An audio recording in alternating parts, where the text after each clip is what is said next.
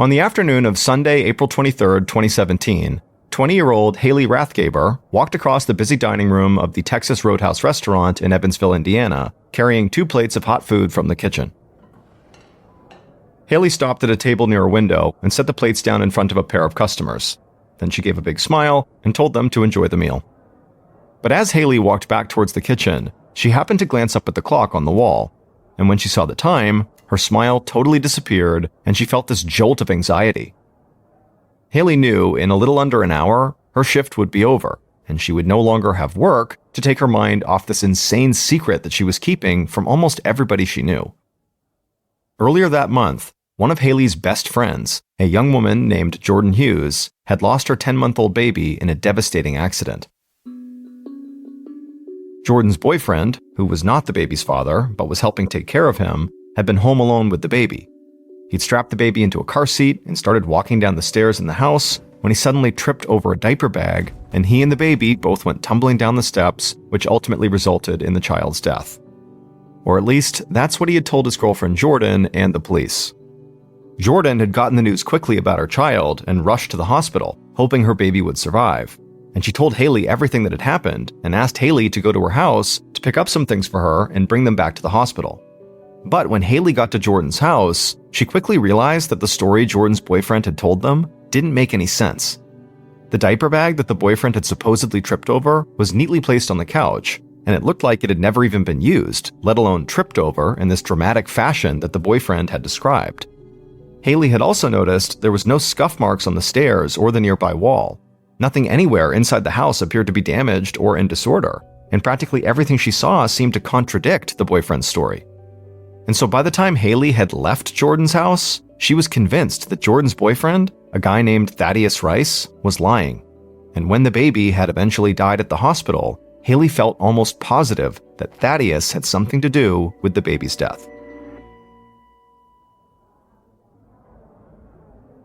Back in the busy restaurant, Haley grabbed more food from the kitchen and delivered it to one of her tables. For some reason, whenever she was helping customers or talking to her close friends she worked with, a small group that called themselves the Roadies, she could totally block out everything she'd seen in Jordan's house. The second she closed out her final table, Haley felt like she might have a panic attack right there in the middle of the restaurant. Haley took a seat at the restaurant bar and tried to catch her breath. She removed her work apron and then reached inside the front pouch of the apron and pulled out a thick wad of cash, her tip money for the night. She slipped the cash into her jeans pocket and just kept taking deep breaths, trying as hard as she could to calm herself down.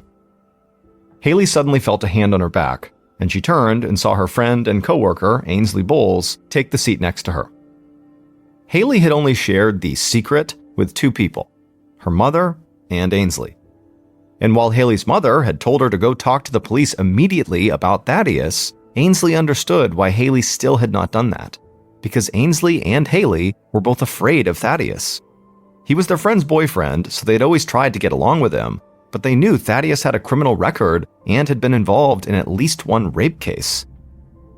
Ainsley asked Haley how she was holding up, but before Haley could answer, another member of the roadie crew, Jake Allen, walked up to the bar and announced that he was hosting a small hangout after he got off work, and if anybody wanted to come over and have drinks, they were welcome. He said so far, their friend and fellow roadie Isaiah would be there, but he was hoping more people would come. Haley thought about it for a second. Now, she loved hanging out with Jake and Isaiah and the rest of the roadie's crew, and specifically with Jake and Isaiah, she would typically confide in both of them about everything, like she did with Ainsley.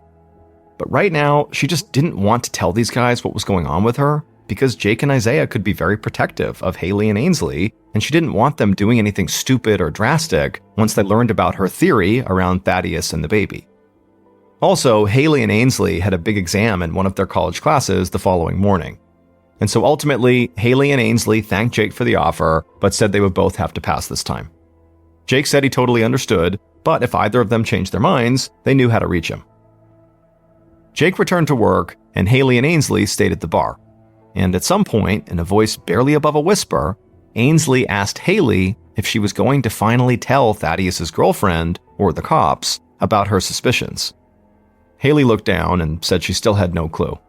Every time she thought about it, she got so scared about what Thaddeus might do to her.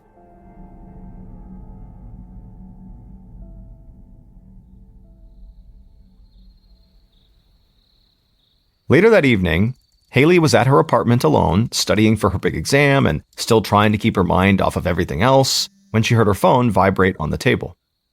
She put down her notes, looked at her phone, and saw a text message. After reading it, Haley thought about it for a second. She knew she really should keep on studying, but this diversion might help her relax for a bit. So she picked up her phone and replied to the message, and then afterward, she headed to the bathroom to put on some makeup and also change out of her t-shirt and sweats and put on a pair of jeans, a long-sleeve shirt, and a jacket. She was ready to go out.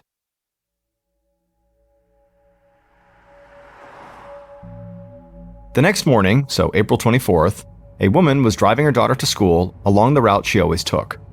She knew this route so well, in fact, that sometimes she found herself zoning out completely while driving it, almost like she was on autopilot. But on this morning, as she approached the soccer field that stood out from the endless grassy overgrowth that surrounded the area, something caught this woman's attention. At first, she couldn't make out what she was seeing. All she could tell was that there was something strange in the soccer field's gravel parking lot. And then, as she continued down the road and got a little bit closer and realized what she was seeing, the woman slammed on the brakes and told her daughter to wait in the car. The woman got out of her car and ran over to the soccer parking lot, hoping maybe her eyes had just played a trick on her and she hadn't really seen what she thought she saw. But when she got closer, she knew she had been right. She grabbed her phone and called 911.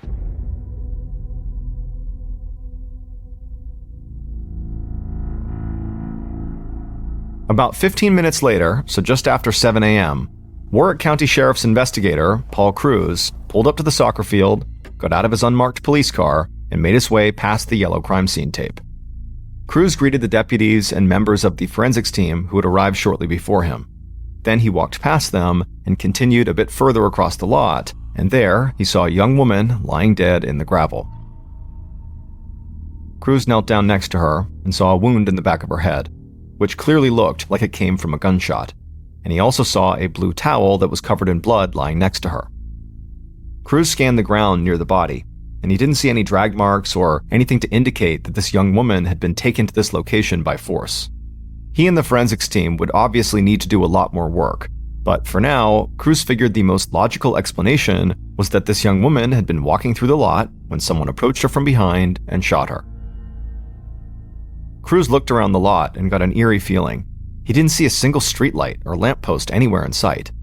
This area was totally desolate, so if this young woman had been killed last night or early in the morning, it would have been pitch black here.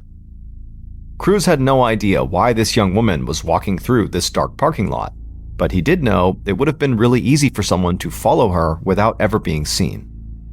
Cruz crouched down over the body again, and he noticed an area of bare gravel on both sides of one of the dead woman's legs.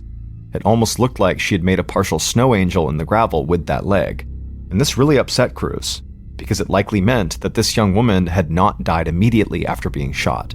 She had fallen to the ground and squirmed before dying. Cruz stood back up and stepped away from the body, and then asked a crime scene investigator if he or anyone else had found a wallet or any kind of ID at the scene. But the crime scene investigator just shook his head. The dead woman had nothing on her. No wallet, no cell phone, no keys, nothing. They had no idea who this victim was.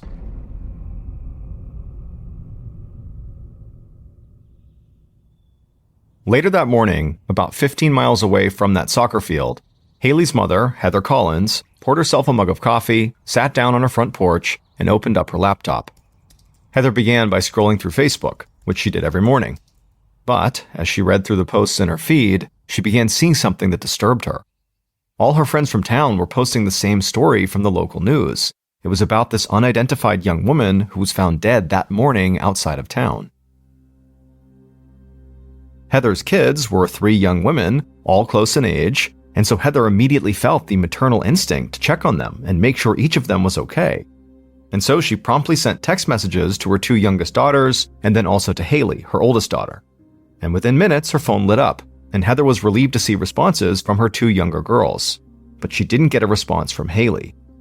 However, she wasn't surprised, because she knew Haley had an important exam that morning, and Haley usually prioritized school over anything else. But an hour went by, and Heather still had not heard from Haley, so she called Haley's phone. The call went straight to voicemail. Heather left her daughter a message, trying to disguise how worried she was starting to feel, The next 30 minutes slowed to a crawl as Haley still didn't get in touch with her mother.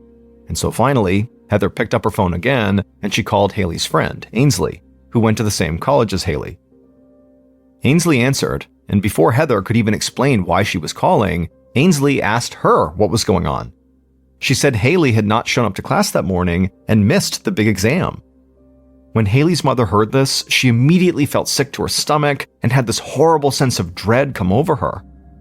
Heather hung up and began talking aloud, trying to soothe herself. This was not her child out by the soccer field. It couldn't be her. It can't be her. Heather kept repeating this over and over again like a mantra, trying to convince herself that Haley was really safe, but it didn't work. So, after desperately waiting to hear back from Haley for a bit longer and still not hearing from her, Heather grabbed her phone once more and called a friend of hers who happened to be a detective for the Evansville Police Department. And when the detective answered, Heather told him that she had heard the news about the unidentified body and she couldn't get in touch with her daughter Haley, and she was now really worried. Heather's detective friend told her that given where the body was found, that this case was actually out of his jurisdiction. However, he did have some contacts at the Warwick County Sheriff's Office, and he said he would call them to see what he could find out. Heather provided her detective friend a physical description of Haley. She had long, light brown hair with blonde highlights, and her teeth were always really bright white.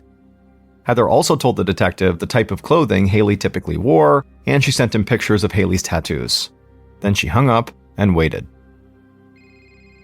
A short time later, Heather's phone rang. It was now the Warwick County Sheriff's Office calling, and when they spoke to her, they said they actually wanted to speak to her in person. Haley's mother immediately began to shake, and she felt the blood drain from her face. She could think of only one reason why they would want to talk to her face to face, and she just wanted to curl up and die. Anything but face the news she knew she was about to hear. A short time later, Heather heard a knock on her door. When she opened it up, she saw it was deputies from the Warwick County Sheriff's Office. Heather immediately began to shake all over, and she felt the blood drain from her face. And as soon as she heard one of the deputies utter the words, "I'm sorry," Heather broke down and collapsed to the floor. Her daughter Haley was dead.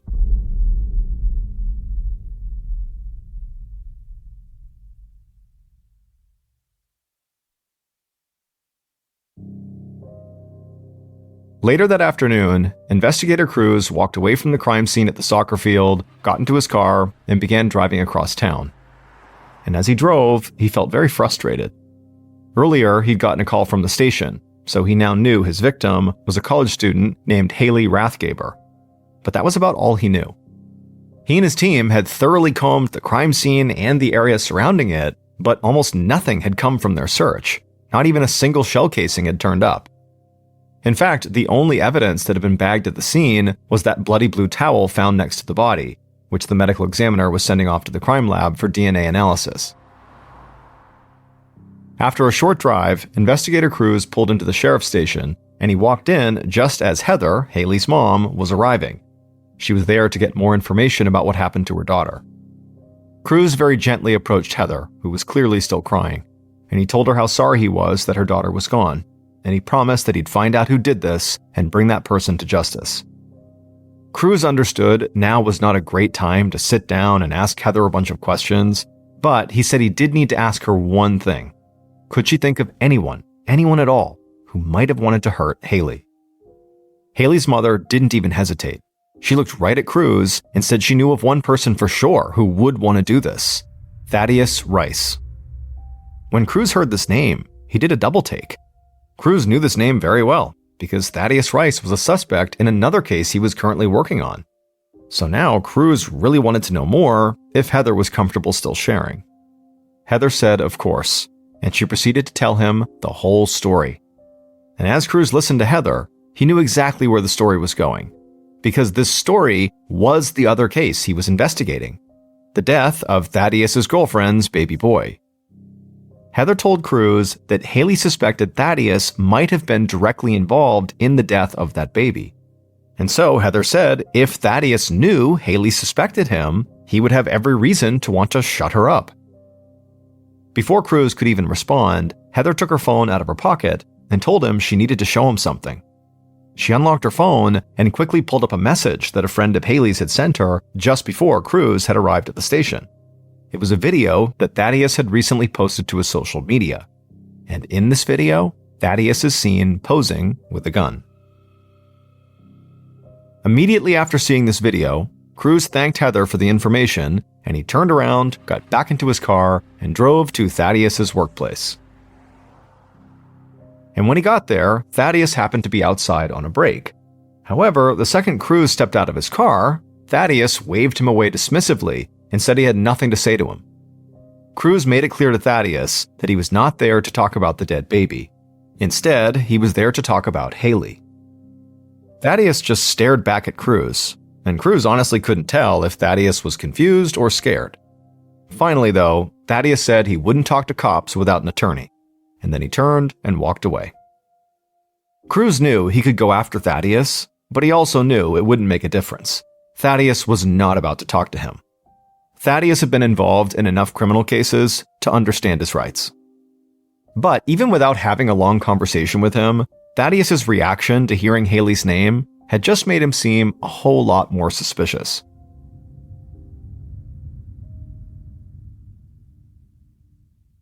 Around the same time Cruz was confronting Thaddeus, a young man named Isaiah Hagen sat on his front porch staring at his phone. Isaiah was Haley's close friend and coworker, one of the members of the Roadies crew, and right now he was looking at a series of text messages from other members of that group, specifically his friends Jake and Ainsley, saying that Haley had been found dead by the soccer field just outside of town. And so Isaiah was just processing it and beginning to cry, and then right at that moment, he heard his mother inside the house behind him, and he instinctively just got up, went inside, and hugged his mom, and began crying even harder. She asked him what was wrong, and Isaiah told her about Haley, and his mom couldn't believe what she was hearing. She worked for the county sheriff, so she knew all about the young woman who'd been found at the soccer field, but she had no idea this young woman was one of her son's good friends. Isaiah hugged his mother tighter and told her that none of this made any sense, because he'd just seen Haley the night before, and everything had seemed fine. How could she be dead? Isaiah's mom pulled away from him, and she told him she understood how upset he was, but he really needed to go talk to the lead investigator right away, because even if Isaiah didn't realize it, he might have seen something or heard Haley say something last night that could help investigators find her killer. Cruz was at the station sitting at his desk looking through Thaddeus's rap sheet when his phone rang. He picked up the call, and Isaiah introduced himself and said that his mother worked at the sheriff's station. Cruz asked if everything was okay, and Isaiah said he was calling about his friend Haley, the girl who'd been found at the soccer field. He explained to Cruz that he had just seen Haley the night before, and he wanted to help if he could. Cruz told Isaiah that he could help by walking him through everything he remembered from the previous night. This would help Cruz flesh out the timeline of Haley's final hours. Isaiah told Cruz that the night before, he had been at his friend Jake Allen's place playing video games when he got a text message from Haley. And in this text, she said she was going to meet someone at a local park where the college students sometimes hang out. And she asked Isaiah if he could give her a ride because she didn't want to leave her car there. Isaiah said that was no problem, so he had left Jake's place, went to Haley's, hung out with her for a minute, and then drove her to the park. Isaiah told Cruz he had no idea who she was meeting. He said he didn't ask her about it because it felt like it was none of his business, especially if she was meeting up with some guy who she was romantically involved with. Isaiah said after he dropped Haley off, he just went back to Jake's house and kept playing video games until very early in the morning. Inspector Cruz kept listening and writing everything down, but then suddenly Isaiah just went silent, and Cruz could hear him trying to catch his breath. And when Isaiah started talking again, it was clear he was very upset. He told Cruz he felt really guilty now, and he wished he had asked Haley who she was meeting, because maybe he could have done something to protect her, or at a minimum today been able to provide the police a suspect. Cruz told Isaiah that he appreciated him calling in, and that he would follow up if he had any questions. After getting off the phone with Isaiah, Cruz quickly scanned the list of coworkers that Haley worked with at the Texas Roadhouse, and just as he remembered, there was Jake Allen's name and a phone number right next to it. And so Cruz called Jake and asked him if he could verify the times he had hung out with Isaiah the night before, and Jake corroborated Isaiah's story. But while speaking to Jake, investigator Cruz looked up Jake's address, and he saw that Jake lived very close to the park where Isaiah said he'd dropped Haley off, and that park was only a few miles from the soccer field where Haley was found dead. And so Cruz began to question Jake about his own activities the previous night, and pretty quickly, the call took a very weird turn. Now, Cruz considered all of Haley's friends and coworkers to be possible suspects, but he really thought this call might just be a chance to cross Jake off his list.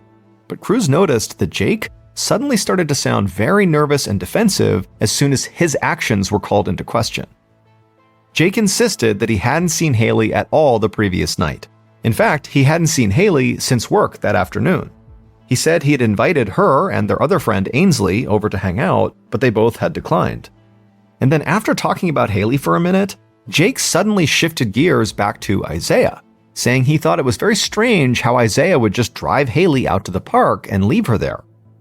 Cruz let Jake keep talking, but he wondered if Jake had something to hide, and if that's why he was throwing suspicion onto his friend Isaiah. After hanging up with Jake, Cruz went back to his list of everyone who had worked at the Roadhouse with Haley. Up until this call, Cruz had really only been focused on Thaddeus, who didn't work at the Roadhouse, and he definitely still considered Thaddeus a major suspect with a very clear motive.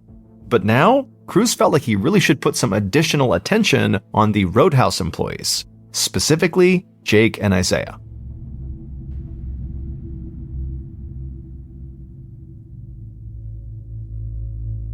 On the evening of April 26th, so 2 days after Haley's body had been found, Cruz and a couple of members from his team arrived at Jake's apartment. Cruz knocked on the door, and Jake's roommate answered. Cruz introduced himself and asked to speak to Jake.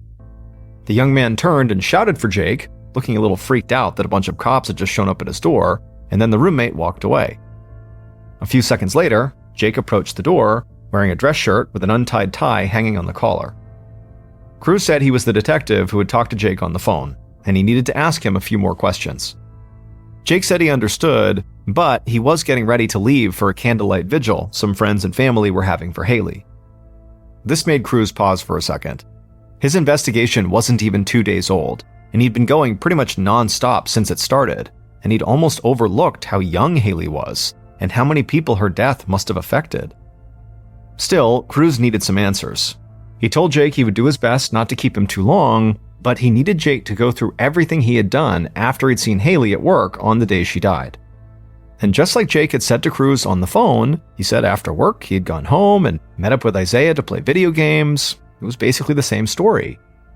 However, during this in-person exchange, Jake also said something about Isaiah that really stood out to Cruz and made him look at the case very differently. Cruz took notes on everything Jake told him, asked a few follow-up questions, and then he and his team left so Jake could get ready for the vigil. That night, a huge group of Haley's friends and family gathered by the soccer field where Haley had been found. The candles they lit cast a glow over the otherwise pitch-black parking lot. They laid down flowers, shared some of their favorite memories, and just talked about how much Haley had meant to all of them. Her closest friends from work left Haley's name tag and her Roadhouse cap and sweatshirt right next to a big handmade sign that simply said, "We love and miss you. Love, your roadies." On April 27th, the day after the vigil, Inspector Cruz received word from the crime lab that the results had come in on the bloody blue towel that had been found next to Haley's body. Only one DNA profile was found on the towel, and much to Cruz's disappointment, it was Haley's. Cruz had hoped he would catch a break and that these results would lead him right to the killer.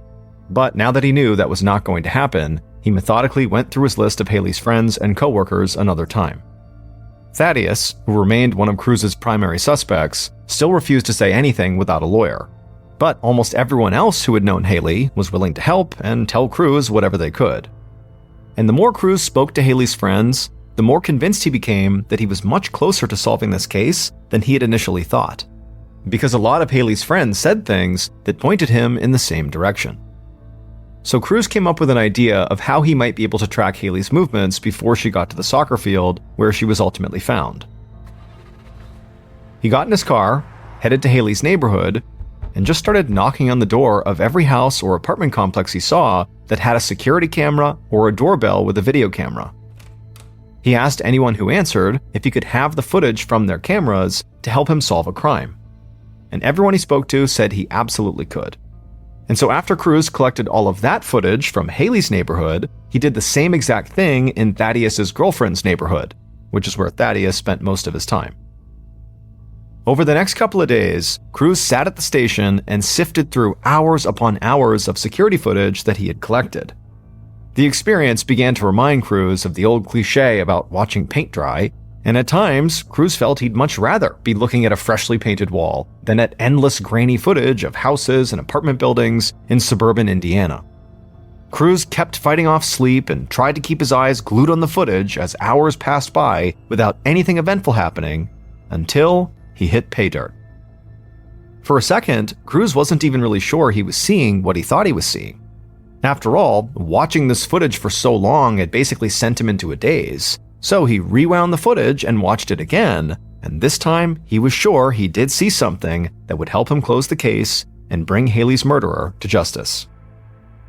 Cruz watched more footage to make sure he wasn't missing something. He also worked with his team to collect cell phone data, and he carried out a few more interviews just to be certain he was on the right track. And on April 29th, just 5 days after Haley's body was found, Inspector Cruz knew he had found Haley's killer. He arrested them, and after that, he discovered exactly what had happened to Haley on the night she died.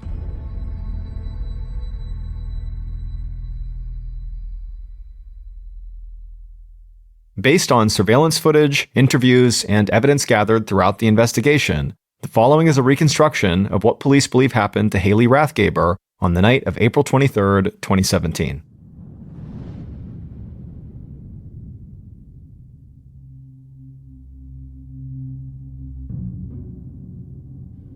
Around 10:30 p.m. that night, the killer fished a 9mm handgun out of the closet and then left to go meet up with Haley.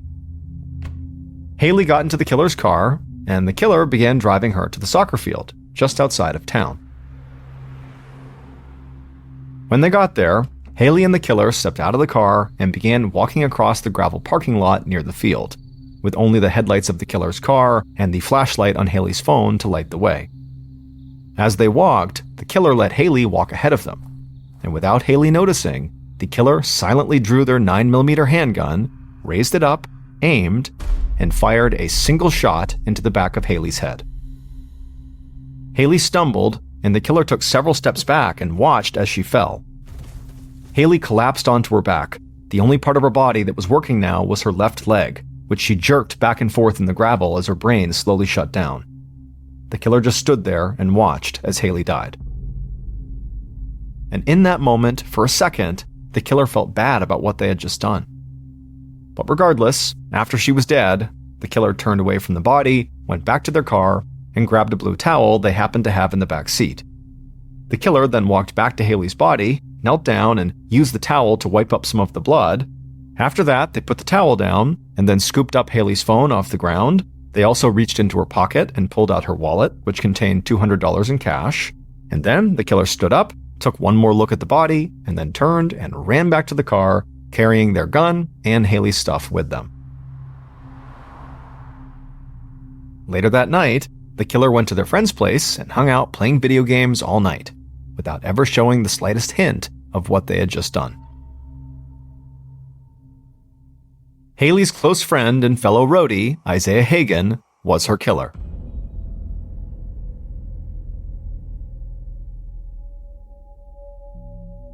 Isaiah, whose mother worked for the sheriff's department, had called Inspector Cruz and tried to make it look like he was helping the investigation. And Isaiah's call even threw some suspicion on his friend Jake for a time. However, when Cruz and his team met with Jake on the night of the candlelight vigil, Jake started talking about his friend Isaiah. He hated to admit it because the two young men had been really close for years, but Jake said Isaiah had been acting really strange lately, and this was because Isaiah had run into some serious money problems. It turned out that leading up to the murder, Isaiah had borrowed hundreds of dollars from his father and from Haley. While Haley had not confronted Isaiah about the money he owed her, Isaiah's father wanted to get paid back. So Isaiah decided to take the money he owed his dad from Haley. On the night of the murder, Isaiah was the one who texted Haley while she was studying and asked her if they could hang out because he really wanted to talk to her. And Haley decided she needed a break from studying and from everything else that was going on in her life, so she said yes. Isaiah picked Haley up, but he never drove her to the park to meet someone else like he had told police. Instead, he drove right to the soccer field, and shortly after getting out of the car, he shot and killed her. It's not clear if Isaiah first tried to just ask Haley for the money and, maybe she refused to give him money and that's what led to the murder, or if Isaiah simply picked Haley up with every intention of murdering her for the money. Either way, it resulted in Haley's death and Isaiah stealing the $200 out of her wallet.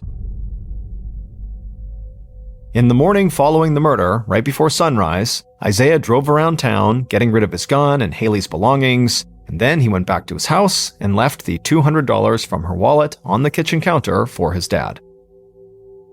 After speaking to Jake in person, Cruz really began to suspect that Isaiah was the killer. But he still could not just write off Thaddeus, a man who had a criminal history, had potentially harmed or even killed a baby, and who Haley had been afraid of before she died. So Cruz collected cell phone data for Haley and also for both Isaiah and Thaddeus, and he also studied all the surveillance footage he had collected. Isaiah and Haley's cell phone data showed that they had at least been near the same locations, including the soccer field, at the same time on the night of the murder. And the surveillance footage showed Isaiah pulling up to Haley's place not too long before she was killed. The footage also showed that Thaddeus had been at his girlfriend's house at the time of the murder and throughout the entire night.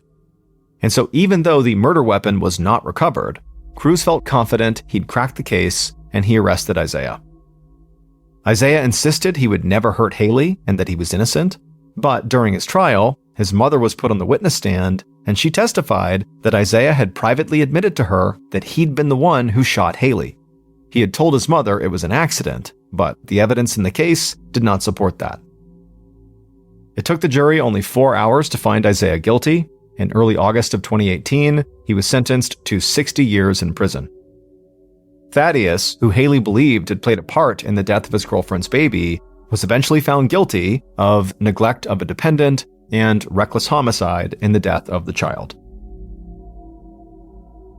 In 2011, Heike Dorsch and her boyfriend Stefan Rahman were living their best life sailing southwest from the Galapagos Islands.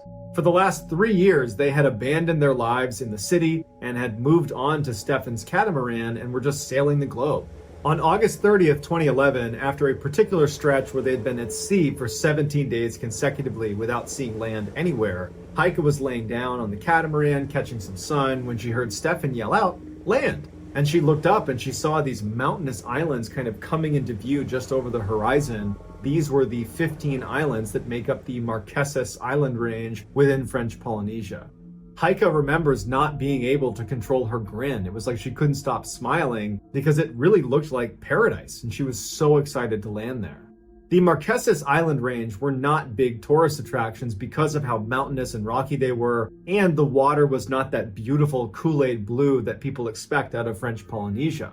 But for Heike and Stefan, this was perfect. They were not looking for mass market tourism, they were looking for authentic cultural contact. And it would turn out that the Marquesas Island range was perfect for this because the locals just weren't used to seeing tourists. And so before long, the locals were embracing Heike and Stefan and bringing them down to the beach for their cookouts and going spearfishing with them. And even one night they were invited into a local's home where they got to be a part of a big family dinner. After 6 weeks, Heike and Stefan had explored the majority of the Marquesas Island range, but there was still one of the 15 islands that they had not yet explored called Nuku Hiva. And so on the day before they planned to leave the island range, they decided to go check it out. When they dropped anchor in the bay that sat just outside of this island, there were no boats, there were no fishermen, there were no people, there was nothing. It was like a deserted island. And so they make their way on the beach and they see there's this trail that goes inland. Being explorers, they couldn't help themselves but walk down the trail to see what's down there. After 15 minutes of walking down this jungle path, they come to a clearing, and in this clearing is this very strange looking village that's made up of all these shacks. They can't tell if people live there or have lived there recently because to them, it just looks totally abandoned. And as they're kind of looking around, they notice way down the path beyond these shacks is one man standing in the middle of the road. He's this really big guy with his shirt off, standing next to a horse, and he's just looking directly at them. He's not waving to them, he's not signaling to them, he's just watching them. And it kind of creeped them out at first, but they decided that the polite thing to do would be to go over and talk to him because this is probably his village and they were the trespassers. So they go over to this guy and they introduce themselves, and he says that his name is Arihano and that he lives in this village. Through broken French, they're able to have a semi-normal conversation, which seemed like pleasantries. And at some point, Stefan, just off the cuff, asked this guy if he'd be willing to be his guide on a hunt. He wanted to go hunting for goats, which is something that everybody did on the Marquesas Island, and Stefan really wanted to be a part of that. And Arihano says, sure, I'll be your guide. Heike was a little bit caught off guard, but wasn't surprised because Stefan had been talking endlessly about how he wanted to go on a goat hunt before they left the Marquesas Island range. But she didn't feel like doing this, so she said, you two go, I'll meet you over at the boat. So Heike turns around and starts walking down the jungle path back towards their boat, and she turns around one more time and she sees Stefan and Arihano walking into the jungle down another path, and they disappear. Heike spent the next several hours just laying out on the beach, waiting for Stefan to return. But after quite a while, and she hadn't heard anything, she started to get a little bit worried. And as she's starting to get worried, she hears someone yelling out on the water. And from around the corner, Arihano comes around on his boat, and he's waving to her, and he's yelling for her in French that there's been an accident, that Stefan's been hurt, and she needs to come with him. Without another thought, Heike runs into the water, jumps into Arihano's dinghy, and the two of them drive back around the corner to wherever Arihano and Stefan had been. They land at this little tiny beach that's right up against a jungle, and immediately Heike jumps out, runs right into the jungle, and she's yelling for Stefan, and there's no sign of him. He's not yelling back. She has no idea where to look, and she kept turning around and asking Arihano, where is he? What happened to him? And Arihano just wasn't really giving her a good answer. He was just being quiet. Frustrated, Heike walks even farther into the jungle. She's yelling even louder, and still there's nothing. And so she turns around to confront Arihano and be like, where is Stefan? What's going on? And as soon as she does, she's met with a gun right in her face. Heike immediately grabbed the barrel and tried to fight it away from him, and she could tell that he tried to fire the gun, but the safety was on, and so nothing fired. They kind of struggled with the gun, and at some point he got on top of her and just restrained her and tied her up to a tree. And then he just walked away into the jungle without saying anything.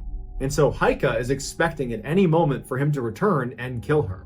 And she even said that she wished he had just shot her then and there because the anxiety of waiting for whatever was going to happen was way worse. While Arihano was gone, Heike struggled to try to get the ropes off of her and the rope around her neck off of her, but she couldn't do it. And as she's sitting there struggling, Arihano would return and he would beat her up a little bit before ultimately turning around and leaving once again. Arihano would come back a couple hours later after it had gotten dark, and she's still there struggling to get these ropes off of her, and he would hit her a couple times before leaving again. But when he hit her, he actually managed to loosen some of her restraints, and as soon as he did walk off into the jungle that second time, she was able to get the restraints off of her wrist and her neck. Now, she had no idea where Arihano was, but as soon as she took one step, she saw a flashlight maybe a couple hundred meters away flip towards her, and she knew it was Arihano. He had heard her move. And so Heike just starts running full speed. She's stepping on thorns. She's getting slashed by all the undergrowth. She doesn't care. She is running for her life. And because it was a full moon, she could actually see the water because the beach was right next to where she was being held. And so she just ran for the water. And when she got onto the beach, she could see there was another boat out in the water near where theirs had been anchored. And when she looks at the beach, she can see that Arihano must have turned around because she can see a flashlight kind of bobbing its way farther and farther deeper into the jungle. Using the couple's satellite phone, Heike was able to alert authorities, who launched a search for Stefan, and initially they couldn't find him and they couldn't find Arihano. But 3 days into the search, they made a grisly discovery. The Marquesan Islands are actually known for the Marquesan warriors that used to inhabit these islands up until the 12th century, and they were known for being the most aggressive cannibals in the South Pacific.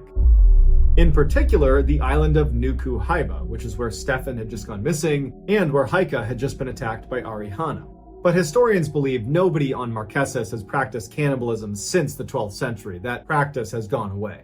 Well, until 2011, when Arihano, who was in fact a Marquesas warrior, met Stefan and decided that now is a good time to bring that practice back. Right after Heike had turned around and walked back to the beach and Stefan and Arihano had gone on their hunt, Arihano had attacked Stefan, tied him up, and described seeing his neck pulsing with fear as Arihano built this massive campfire that authorities said was 3 times bigger than any campfire they'd ever come across. And then Arihano shot him and put him in the fire. Although Arihano would be captured and convicted of killing Stefan, Arihano would never actually come out and say that he had in fact eaten portions of Stefan, and it was impossible to tell from his remains how much had been consumed versus burned off in the fire. But virtually anybody who was involved in this case has their suspicions that Arihano had ritualistically cannibalized Stefan.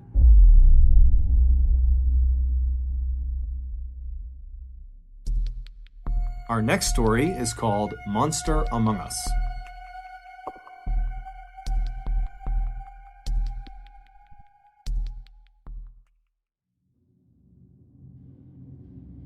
One night in the early 1950s, a little boy named Issei Sagawa was having this dream where he and his brother were being boiled alive to be eaten. Sagawa says when he woke up, he immediately began fantasizing about what it would be like to be on the other side of that, to be on the outside with a human inside of the pot that you're boiling, that you're going to eat. And he became totally obsessed with the idea of eating another person. By the time he was in first grade, he would find himself staring at his different classmates' legs, and his mouth would be watering because he wanted to take a bite out of their leg. For 3 decades, he was able to suppress that urge, but in 1981, those cannibalistic urges would get the better of him. One summer day while he was in Tokyo, he saw this woman that he wanted to eat, and he couldn't help himself, and so he began following her down the road, and he saw her go into her apartment. He waited for a minute, went around back, and climbed in the window, and when he got inside, she was asleep. And he hadn't thought of a plan for what he was going to do once he was inside. And so he's just standing there thinking, well, now what do I do? How am I going to eat her? What am I going to do next? And as he's sitting there wondering what to do next, she wakes up and she screams and he runs away. After this breaking and entering incident, Sagawa would actually seek help. So he goes to a psychiatrist and he says, this is what I did. I snuck into her house because I wanted to eat her. And the psychiatrist would end up telling Sagawa's family that I have to label him a high risk to society because he's not just thinking about doing these things, he's already acting out these fantasies. Now, Sagawa's father was extremely wealthy and powerful. And when he heard this from the psychiatrist, he was like, no, we're not going to do that. And so using his power and influence, he was able to kind of cover up what the psychiatrist had found, and he shipped his son to Paris. Once Sagawa landed in Paris, he enrolled at the Sorbonne University and began studying literature. Despite having sought help for his cannibalistic urges, when he was in Paris, he started having that urge again and he couldn't control it, and instead of going to another therapist or psychiatrist, he begins to look for another victim. Sagawa considered himself short, weak, and ugly, and so he was actually looking for a tall, beautiful Western woman so he could absorb their energy and somehow become a bigger, better version of himself. And so he began looking around Paris for tall, beautiful women that he could potentially eat, but no one seemed like a good fit until he met Renee Hartevelt. Renee was a tall, beautiful, 25-year-old Dutch student who was going to school with Sagawa at Sorbonne. In order to get close to her, Sagawa would ask his father if he would give him some money so he could hire Renee to be his personal tutor. His father gives him the money, Sagawa hires Renee, and they strike up this working relationship together. And over time, Sagawa would build trust with Renee, they would become friends, and at some point he asked Renee if she'll actually come over to his apartment, something they had not done yet. And she's sitting in his apartment with her back turned to him. He leaves the room and comes back with a rifle, and he tries to fire it, but it jams. And she hasn't heard him do this, and so he's standing there and his weapon's now jammed. He hasn't fired it, and he just puts the weapon away and comes back out and acts like nothing's happened. And he's sitting there wondering, is this a sign that I'm not supposed to do this? But at the end of the night, when she finally left, he decides, you know what, I gotta go through with this. I have to eat her. And so the next night he gets her to come over again. He gets the rifle out when she's sitting with her back to him once again, except this time the rifle fires. Only for an instant, he felt really bad and thought maybe I should call an ambulance. But then he stopped himself and he said, you've waited so long for this. You gotta just go through with it. He immediately tried to take a bite out of her, but it was too difficult and unpalatable. So he calmly leaves his apartment, he goes to the store, he gets a blade, he comes back and he's able to begin removing pieces of Renee so he can eat them. Over the next 2 days, Sagawa would eat most of Renee, and he would take pictures of himself throughout the entire experience. When he finally felt full, he left a couple pieces still in his freezer, but put the rest of her in a suitcase and went to dump her in a lake. But as he was wheeling these heavy suitcases around town, people saw them, and it just drew a lot of suspicion. And at some point, someone must have called the police. They show up, they ask him what's inside the suitcase, they open it up, and there's Renee. When questioned about it, he just said, "I killed her to eat her flesh." Sagawa awaited trial for 2 years in a French prison, and when he finally went in front of a French judge, when the judge read the details of this crime, it seemed so crazy and outrageous that the judge decided there's no way Sagawa can be sane, and so he was deemed insane and unfit to stand trial. He was ordered to go to a mental institution where he would be held indefinitely. Shortly after that, the French deported Sagawa back to Japan, where they expected him to remain in a mental institution for the rest of his life. But that didn't happen because the French dropped his case and his documents were sealed. And when he arrived in Japan, the Japanese could not get access to his court documents, and so they did not have a case against Sagawa, and so they had to let him walk free. And so in 1986, Sagawa checked himself out of the Japanese mental institution that he had been sent to, and he's been free ever since. He's written books and he's been featured on TV shows. He's even been called in to be a food critic. But what's even more horrifying is that Sagawa openly says that before he dies, he's going to do this again. He can't live with himself unless he eats at least one more person.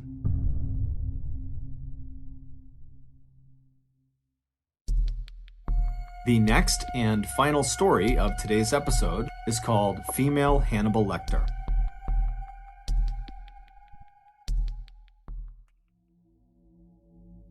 In 1955, Catherine Knight had the misfortune of being born into a highly dysfunctional and abusive household. Not only was she badly mistreated by her alcoholic parents and cruel older siblings, she was also scorned by the people who lived in the town with her simply because they didn't like her family. Catherine lived in a very small town in New South Wales, Australia, where basically everybody knew each other's business.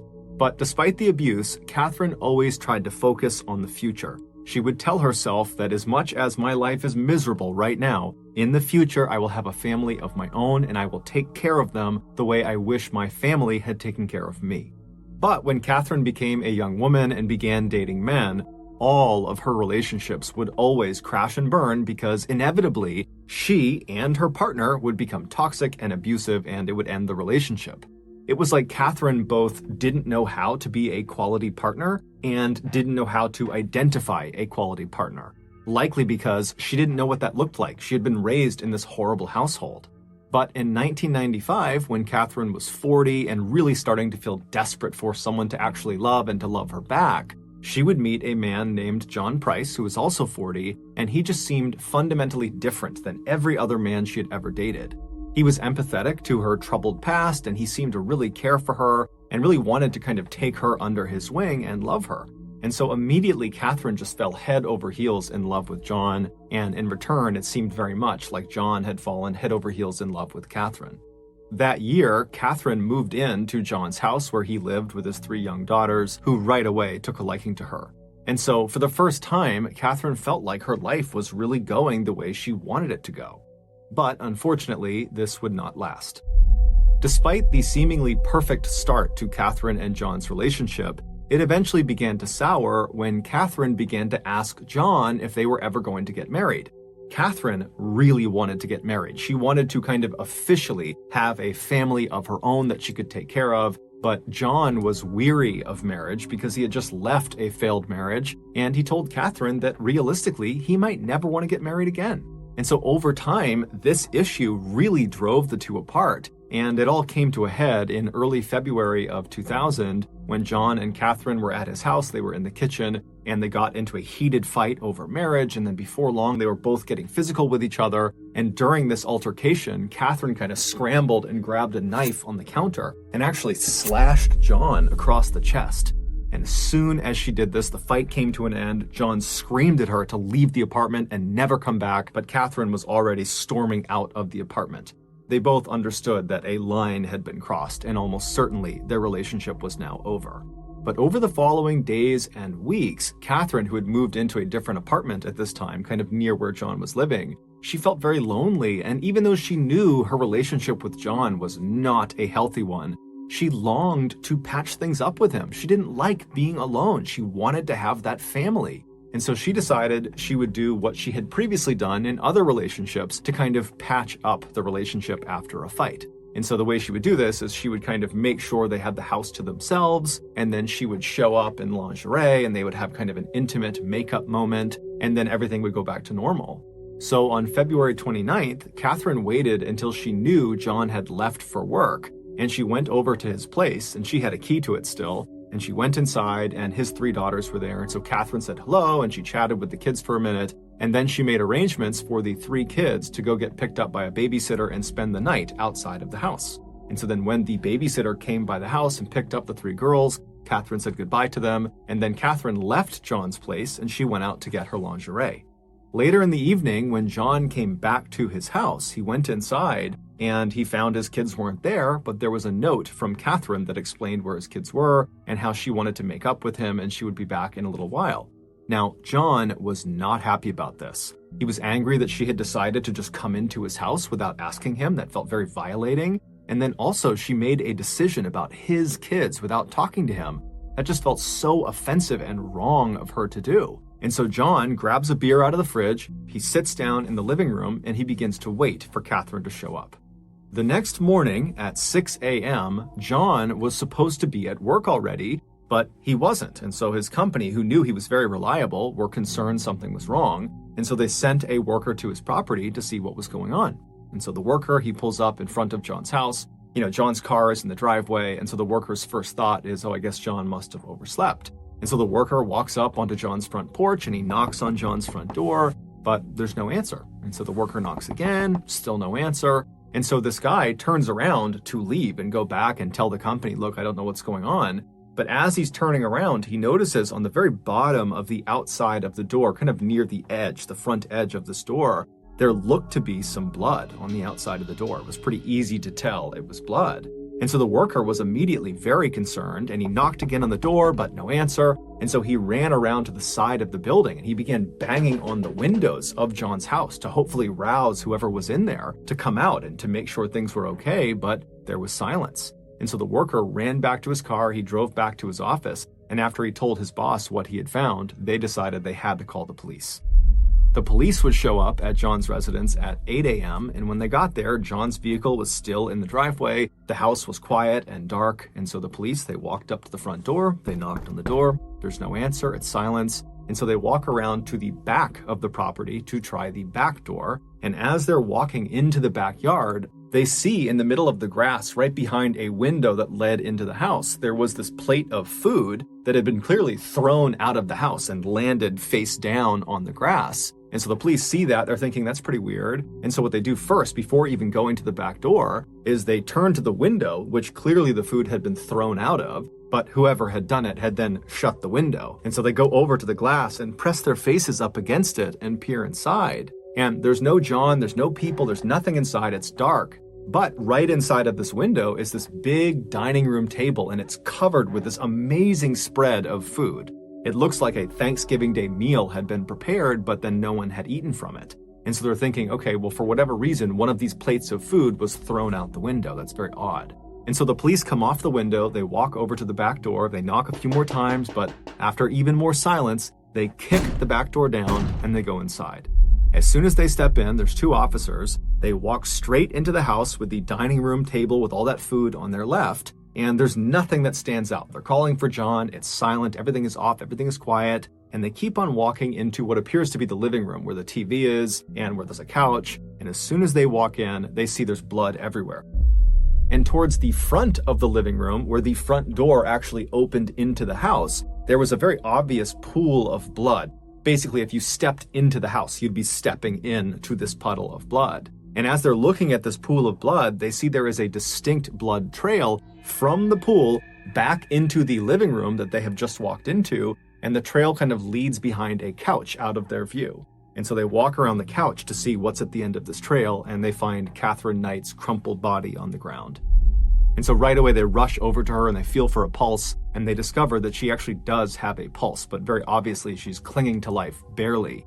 And so one of the officers stays with Catherine while they're calling in paramedics to come in and deal with her, while the other officer draws their weapon and they begin searching the rest of the house.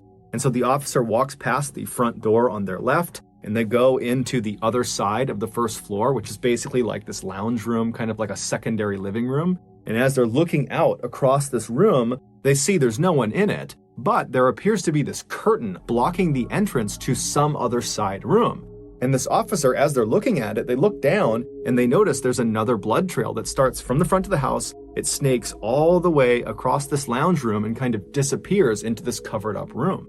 And so this officer yells out for John, but there's no answer. And so he ends up going all the way across, checking as he's going, looking around, but there's no one there. And he gets to this towel, and with his non-shooting hand, he kind of pushes it out of the way, and he looks inside of this space. And it turns out to just be a small closet. There was nothing of note inside. It didn't really make sense that the blood trail had led to this closet. But then, as the officer is kind of wondering why the blood trail ended here, he started to feel something cold on his non-shooting arm. And so he looked down at his arm and he saw there was this huge streak of blood on his arm. And he knew he had not been wounded in some way. This was not his blood. So how did he get blood all over him? And then he stepped back in horror because he realized the curtain that he had just moved with the arm that had blood on it was not a curtain. The night before, John sat in his living room waiting for Catherine to return, very angrily waiting for her to come back. But by 11 p.m., she hadn't. And John, he works super early in the morning. He's very tired. He decides to just go to bed. And so he climbs into bed, he falls asleep. And then about an hour or so later, Catherine would walk into the bedroom. She had her black lingerie on that she had bought earlier in the day. And even though John was furious with her and very upset with what she had done that day, seeing her like this suddenly made him think, you know what, all my issues with her can wait. And before long, they were getting intimate together in the bed, and then they fell asleep in each other's arms.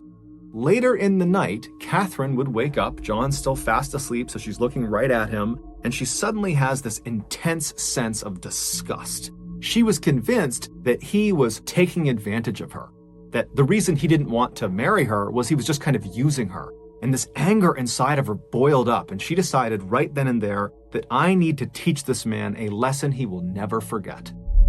And so Catherine very quietly slipped out of the bed. John's still sleeping. She snuck out of the bedroom. She made her way out of the house, and she got into her car, and she drove across town to the apartment she had been staying in for the past couple of weeks, and she grabbed her work tools. Catherine, where she worked full-time, was a meat processing factory. And she worked on the kill floor with the animals that are being turned into meat. And so her skill set was butchering, and her tools were butcher's knives. And so she grabs her kit of butcher's knives, and she drives back to John's place. She goes into the house, she makes her way into the kitchen, and she unrolls this kit full of different sized butcher knives, and she picks the one she wants, she pulls it out, she makes sure it's nice and sharp, and then she made her way into John's bedroom. When she got into his bedroom, John was still asleep. He was lying on his back, covers up over him, fast asleep. And she climbed onto the bed, being very careful not to wake him. And then when she was straddling him kind of on her knees right over his midsection, she raised the knife up between her two hands and she brought it down into his chest.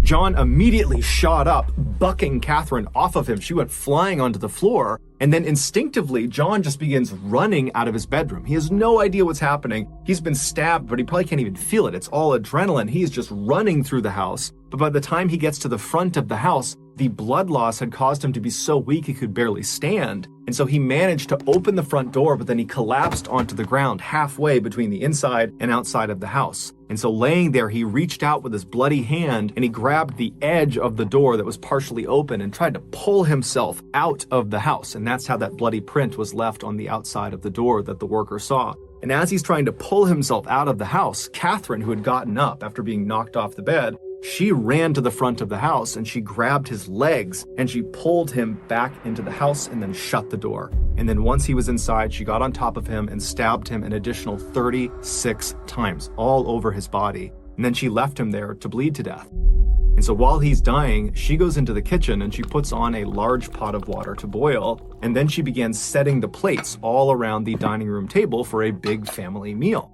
After she was done setting the table, she went back over to John, who was now deceased at this point, and she dragged him all the way across that lounge room on the other side of the house that the officer walked through and then found that curtain. She dragged him all the way across that room to right in front of that closet, and then using her expert skills from working in the meat factory, she proceeded to skin John from his neck all the way down to his toe. And she was so good at it that she was able to skin him in one piece. And she took this skin suit and she draped it over the entrance to this closet. And then she removed John's head from the now skinned torso and she placed it in the water that she had put on to boil earlier. She was going to use his head to turn it into some sort of broth or gravy. And then she grabbed his skinned torso and dragged it into the kitchen and began butchering it and then making different dishes with his meat, different pies and casseroles. And then after she had made this enormous feast out of John's body, she set the food all around the table that she had already laid out, and then she made little placards, little name cards that had the names of each of John's children on them, and she placed them in front of each of the plates, because her intention was to feed them their father.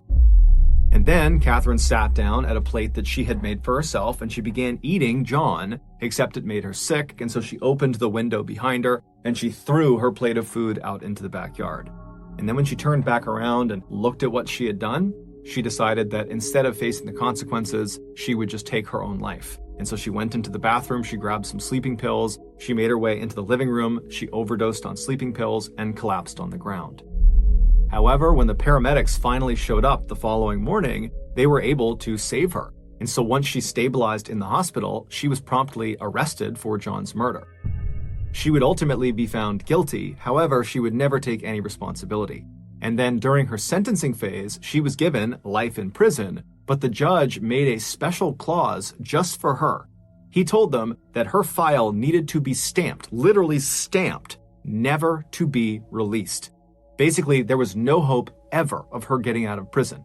And so after she was taken away, she would become the first woman in Australian history to be sentenced to life in prison without the possibility of parole. She is still alive today.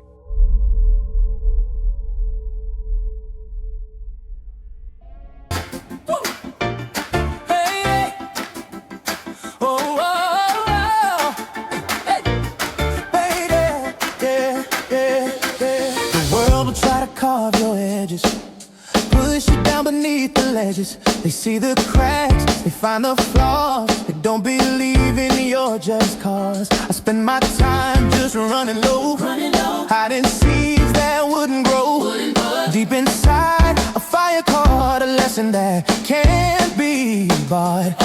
You gotta build a base that's wider than the fear they try to sell. I put my anchor down and stop the sway. Let the hurricane. Thank you for listening to the MrBallen's podcast. If you got something out of this episode and you haven't done this already, please offer to spray the 5-star review button's face with sunscreen, but instead use bear spray. Also, please subscribe to the MrBallen's podcast on YouTube, Spotify, Apple Podcasts, Amazon, and anywhere else you get podcasts. This podcast is everywhere. But in the meantime, you can always watch.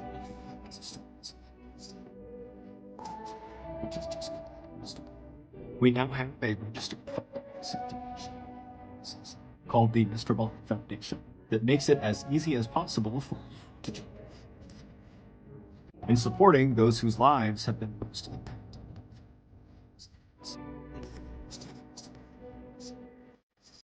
Will receive free gifts and exclusive emails to citizens. But the real reward is for victims of violent crime.